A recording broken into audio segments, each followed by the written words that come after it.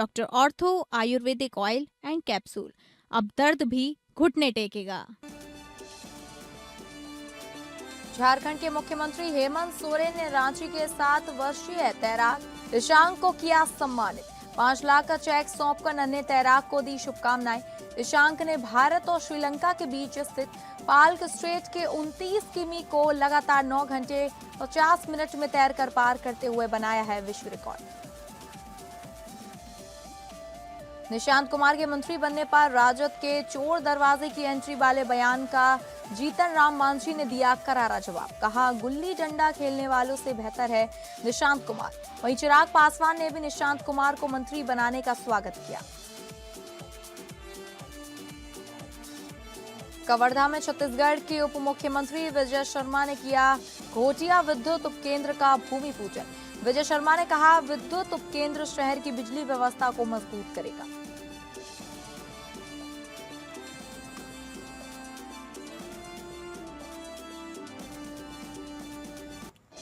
नमस्कार, आप सभी का स्वागत है स्टेट लाइव में और मैं हूं आपके साथ अंकिता सिंह। स्टेट लाइव की शुरुआत करेंगे झारखंड की खबरों का रुख करके। रांची के 7 वर्षीय प्रतिभाशाली तैराक नन्हे ईशांक सिंह ने भारत और श्रीलंका के बीच स्थित पाल्क स्ट्रेट के 29 किमी को लगातार 9 घंटे 50 मिनट तैरकर पार करते हुए विश्व रिकॉर्ड बनाकर झारखंड सहित पूरे देश का नाम रोशन किया, जिसके उपलक्ष्य में राज्य के मुख्यमंत्री हेमंत सोरेन ने प्रतिभाशाली तैराक नन्हे ईशांक को 5 लाख का सम्मान राशि, अंगवस्त्र और स्मृति चिन्ह भेंट कर सम्मानित किया। इस क्रम में कांके रोड स्थित अपने आवासीय कार्यालय में मुख्यमंत्री ने ईशांक और उनके परिवारजनों से मुलाकात कर इस अद्भुत उपलब्धि के लिए उन्हें बधाइयां, उनके उज्जवल भविष्य की कामना की। तो वहीं सीएम ने इस अवसर की खास तस्वीरें सोशल मीडिया पर एक पोस्ट के माध्यम से साझा करते हुए लिखा कि इतनी कम उम्र में ईशांक ने जिस साहस, अनुशासन और दृढ़ इच्छा शक्ति का परिचय दिया है, वह पूरे झारखंड समेत देश के लिए गौरव का क्षण है। उनकी यह ऐतिहासिक उपलब्धि राज्य के लाखों युवा खिलाड़ियों के लिए प्रेरणा स्रोत बनेगी। बहरहाल झारखंड सरकार खेल प्रतिभाओं को आगे बढ़ाने के लिए निरंतर प्रयासरत है। सीएम ने बताया कि खिलाड़ियों को बेहतर प्रशिक्षण, आधुनिक सुविधाएं और हर संभव सहयोग उपलब्ध कराया जा रहा है, ताकि झारखंड के युवा राष्ट्रीय एवं अंतर्राष्ट्रीय स्तर पर नई पहचान स्थापित करें। वहीं नन्हे ईशांक के उज्जवल भविष्य के लिए उन्हें ढेरों शुभकामनाएं देते हुए सीएम ने भी लिखा कि झारखंड का मान ऐसे ही ऊंचाइयों तक पहुंचता रहे।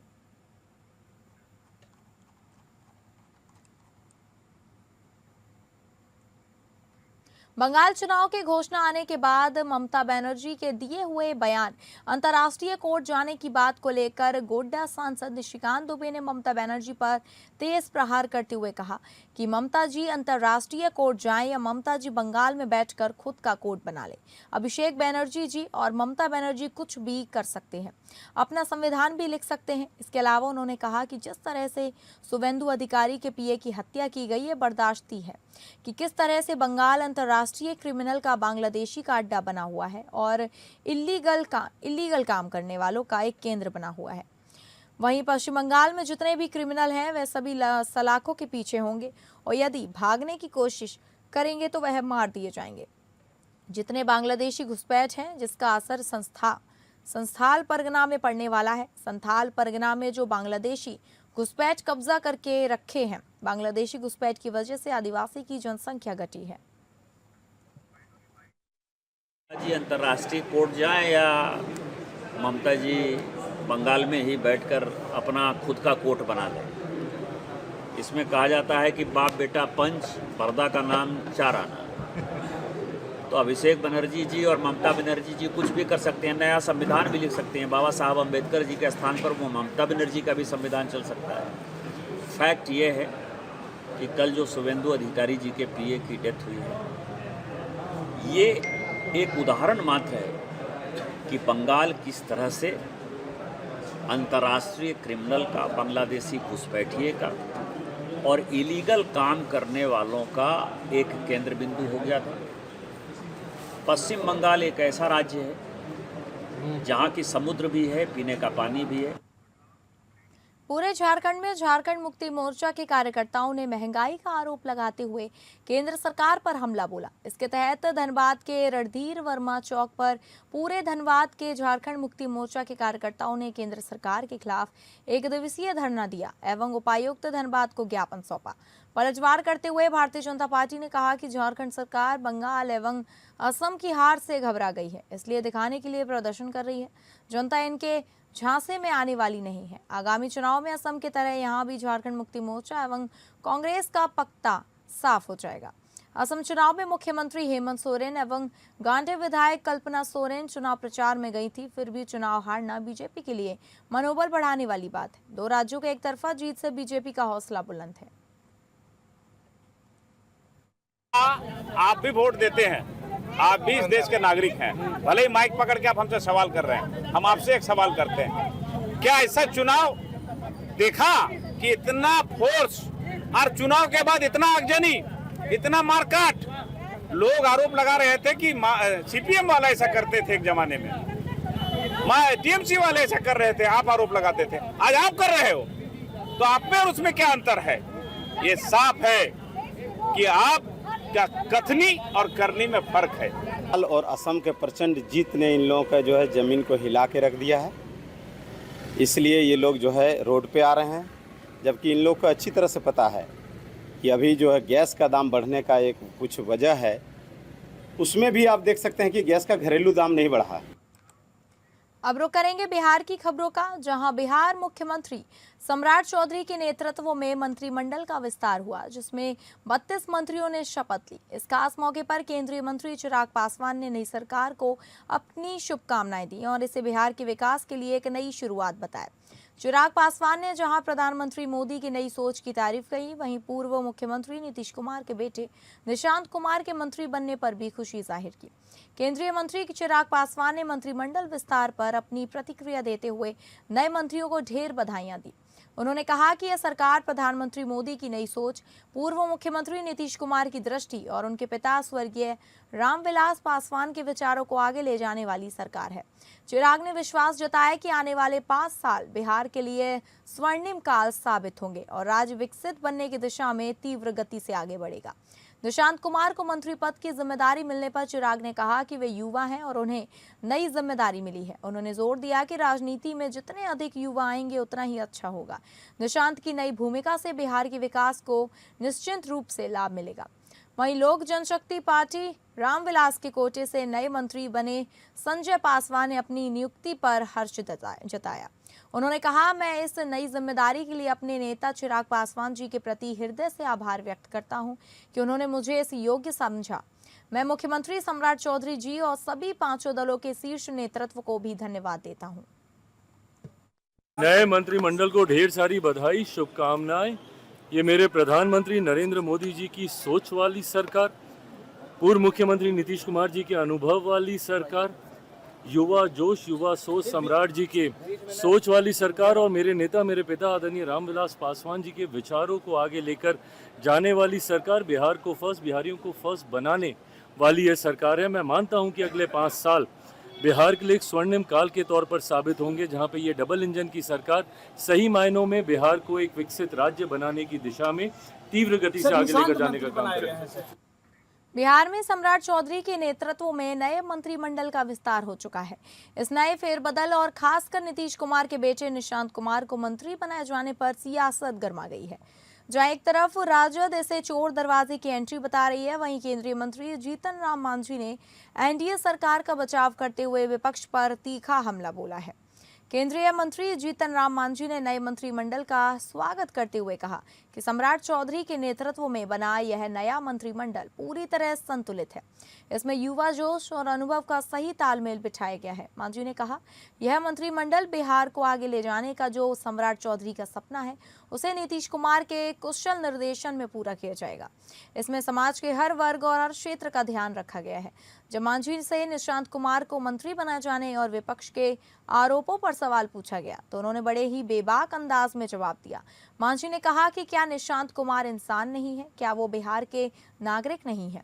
तेजस्वी और तेज प्रताप यादव पर परोक्ष रूप से हमला बोलते हुए मांझी ने कहा, इधर उधर गुल्ली डंडा खेलने वालों को जब लोग मंत्री बना देते हैं तो उनसे तो निशांत कुमार ही बेहतर और संतुलित व्यक्ति हैं। नया मंत्रिमंडल का गठन हुआ है बिहार में, यानी हमारे सम्राट चौधरी जी के नेतृत्व में। उनको शुभकामना देते हैं, बधाई देते हैं। बहुत संतुलित मंत्रिमंडल का गठन हुआ है। सभी क्षेत्रों पर ध्यान दिया गया है, सभी तबके के लोगों को ध्यान दिया गया है और बुजुर्ग और नौजवान सबका संतुलन बना करके आगे बिहार इसी से प्रचलित होता है कि बिहार को आगे ले जाने का हमारे सम्राट चौधरी जी का जज्बा है। नीतीश कुमार के निर्देशन में बिहार और आगे बढ़ेगा। भारत सरकार के ज्ञान भारत मिशन के तहत प्राचीन पांडुलिपियों और हस्तलिखित दस्तावेजों के संरक्षण को लेकर भागलपुर में पहल तेज हो गई है। इसी को लेकर समीक्षा भवन में जिलाधिकारी डॉक्टर नवल किशोर चौधरी की अध्यक्षता में एक महत्वपूर्ण बैठक आयोजित की गई, जिसमें विभिन्न विभागों के अधिकारियों ने भाग लिया। बैठक के दौरान जिलाधिकारी ने बताया कि 75 सालों से अधिक पुरानी पांडुलिपियां, हस्तलिखित लेखों, कहानियों और ऐतिहासिक दस्तावेजों का संकलन और संरक्षण किया जाएगा। इसका उद्देश्य देश की सांस्कृतिक और बौद्धिक विरासत को सुरक्षित रखना है ताकि आने वाली पीढ़ियां इससे जुड़ सकें। जिलाधिकारी ने कहा कि इस अभियान को सफल बनाने में आम लोगों की भूमिका भी बेहद महत्वपूर्ण है। उन्होंने लोगों से अपील की है कि यदि उनके पास पुराने हस्तलिखित दस्तावेज, पांडुलिपियां या ऐतिहासिक सामग्री मौजूद है तो वे प्रशासन को इसकी जानकारी दें और संरक्षण अभियान में सहयोग करें। प्रशासन का मानना है कि यह अभियान भागलपुर की ऐतिहासिक और साहित्यिक धरोहर को संरक्षित करने की दिशा में एक बड़ा कदम साबित होगा। भारत सरकार का ज्ञान भारतम एक मिशन है, जिसमें जितनी पांडुलिपियां हैं, खास करके 75 वर्ष से अधिक पुरानी जितनी भी हस्तलिखित जो है लेख हैं, कहानी है, इतिहास की किताबें हैं, कुछ ऐसे धरोहर हैं जो लिखे हुए हैं, महत्वपूर्ण हैं, उन सभी को संकलन हम लोग कर रहे हैं। हमारे जिला में 10,000 से अधिक की संख्या में संकलन है भी। इसी को लेकर के मैंने अन्य जो कई प्रोफेसर थे उनके साथ बैठक किया कि आपके माध्यम से, उनके माध्यम से हम चाहते हैं और लोगों को जागरूक हों और सभी लोग हमें उस पांडुलिपियों के संरक्षण में मदद करें। खबरों के सिलसिले में आगे बढ़ेंगे और बात करेंगे छत्तीसगढ़ की खबरों का रुख करके। उप मुख्यमंत्री विजय शर्मा ने कवर्धा के घोटिया में 2 करोड़ 6 लाख रुपए की लागत से बनने वाले नए विद्युत उपकेंद्र का भूमि पूजन किया। मुख्यमंत्री अधोसंरचना विकास योजना के तहत बनने वाला 3311 केवी विद्युत उपकेंद्र शहर की बिजली व्यवस्था को मजबूत करेगा। उप मुख्यमंत्री विजय शर्मा ने कहा कि इस उपकेंद्र के शुरू होने से मेडिकल कॉलेज, नवीन बस स्टैंड, कृषि महाविद्यालय, तुलसी नगर और राजदीप कॉलोनी समेत आसपास के क्षेत्रों को बेहतर बिजली सुविधा मिलेगी। उन्होंने बताया कि नए उपकेंद्र से कवर्धा शहर के 13 वार्डों के करीब 8,614 उपभोक्ताओं को सीधा लाभ मिलेगा। उप मुख्यमंत्री ने कहा कि 2.5 वर्षों में जिले में 486 नए ट्रांसफार्मर लगाए जा चुके हैं और क्षेत्र में 5 नए सब स्टेशन स्थापित करने की दिशा में तेजी से काम किया जा रहा है।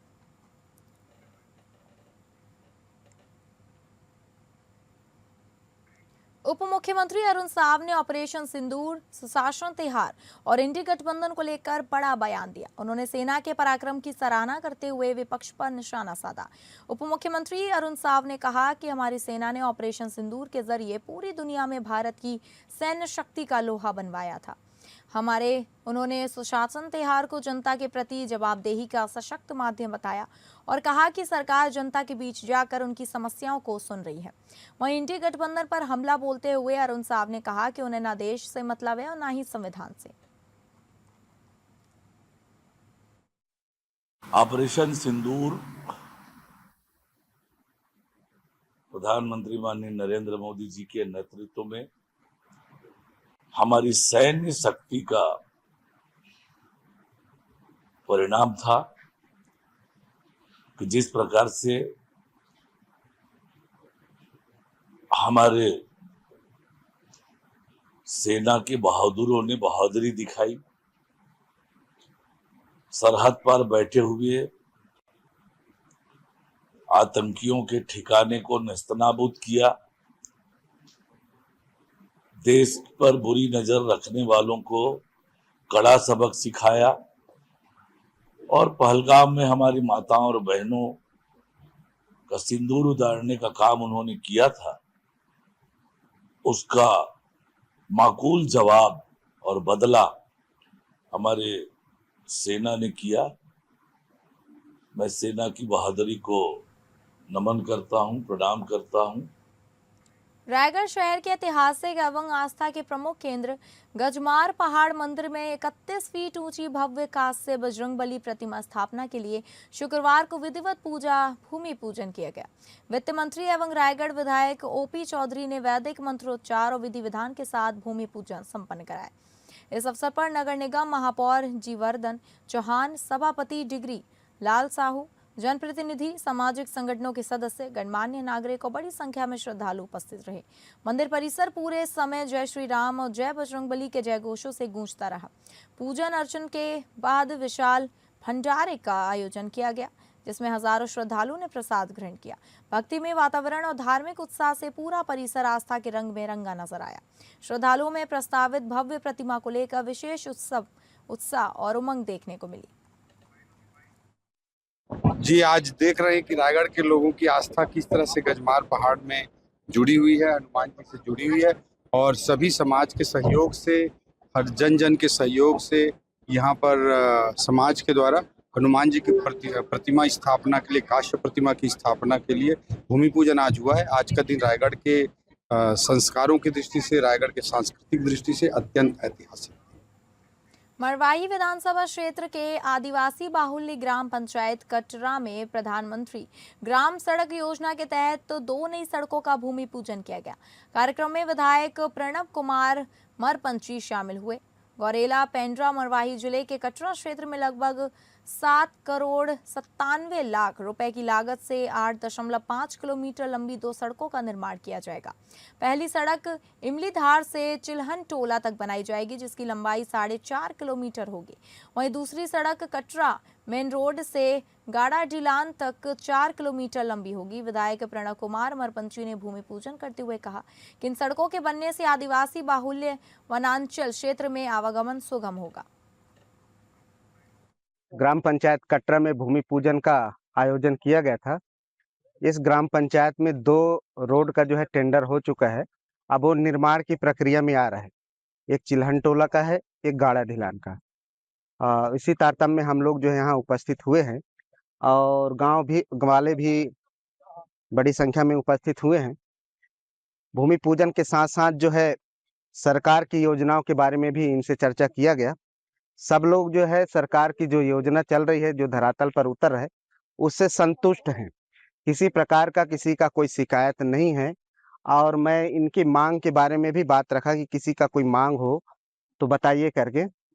तो 2-3 हैंडपंप की बात जो है यहाँ पर आया कि 2-3 हैंडपंप बन जाता है, एक बस स्टैंड बन जाता है। अब रुक करेंगे महाराष्ट्र की खबरों की, जहां राष्ट्रवादी कांग्रेस पार्टी के युवा नेता और स्वर्गीय अजित पवार के बेटे जय पवार ने बारामती में जनता दरबार शुरू कर सीधे लोगों से संवाद की नई पहल की है। पहले ही दिन बड़ी संख्या में नागरिक अपनी समस्याएं लेकर पहुंचे। जनता दरबार में ग्रामीण और शहरी क्षेत्रों से आए नागरिकों में पानी, सड़क, बिजली, सरकारी योजनाओं और प्रशासनिक कामकाज से जुड़ी समस्याएं रखी। खास बात यह रही कि जय पवार ने केवल शिकायतें सुनने तक खुद को सीमित नहीं रखा, बल्कि कई मामलों में संबंधित अधिकारियों को तुरंत फोन लगाकर कार्रवाई के निर्देश दिए। जनता के बीच बैठकर सीधे संवाद करने की इस पहल को आगामी स्थानीय राजनीतिक समीकरणों से भी जोड़कर देखा जा रहा है। बारामती में पवार परिवार की राजनीतिक विरासत के बीच जय पवार अब सक्रिय जनसंपर्क के जरिए अपनी अलग पहचान बनाने की कोशिश करते नजर आ रहे हैं।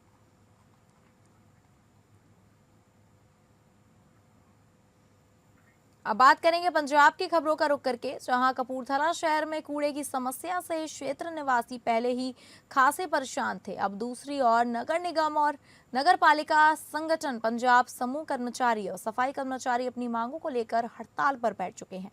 पंजाब नगर पालिका संगठन कर्मचारी द्वारा बार बार मांगों को लेकर निगम कार्यालय में लगातार धरने दिए जा रहे हैं, लेकिन उनकी मांगों की ओर ध्यान न दिए जाने पर एक बार फिर निगम कार्यालय में कर्मचारी धरने पे बैठ गए हैं और उन्होंने चेतावनी दी है कि हड़ताल अनिश्चित काल के लिए हड़ताल है और जब तक उनकी मांगें नहीं मानी जाती तब तक हड़ताल जारी रहेगी। वहीं निगम कर्मियों के हड़ताल पर चले जाने से शहर में जगह जगह कूड़े के ढेर लगने शुरू हो गए हैं, जिससे शहरवासियों को गंदगी भरे माहौल का सामना करना पड़ रहा है। प्रदेश वरिष्ठ उप प्रधान गोपाल थापड़ ने कहा कि उनकी मुख्य मांगों में आउटसोर्स पर काम कर रहे सफाई कर्मचारी और अन्य निगम कर्मचारियों को पक्का किया जाए।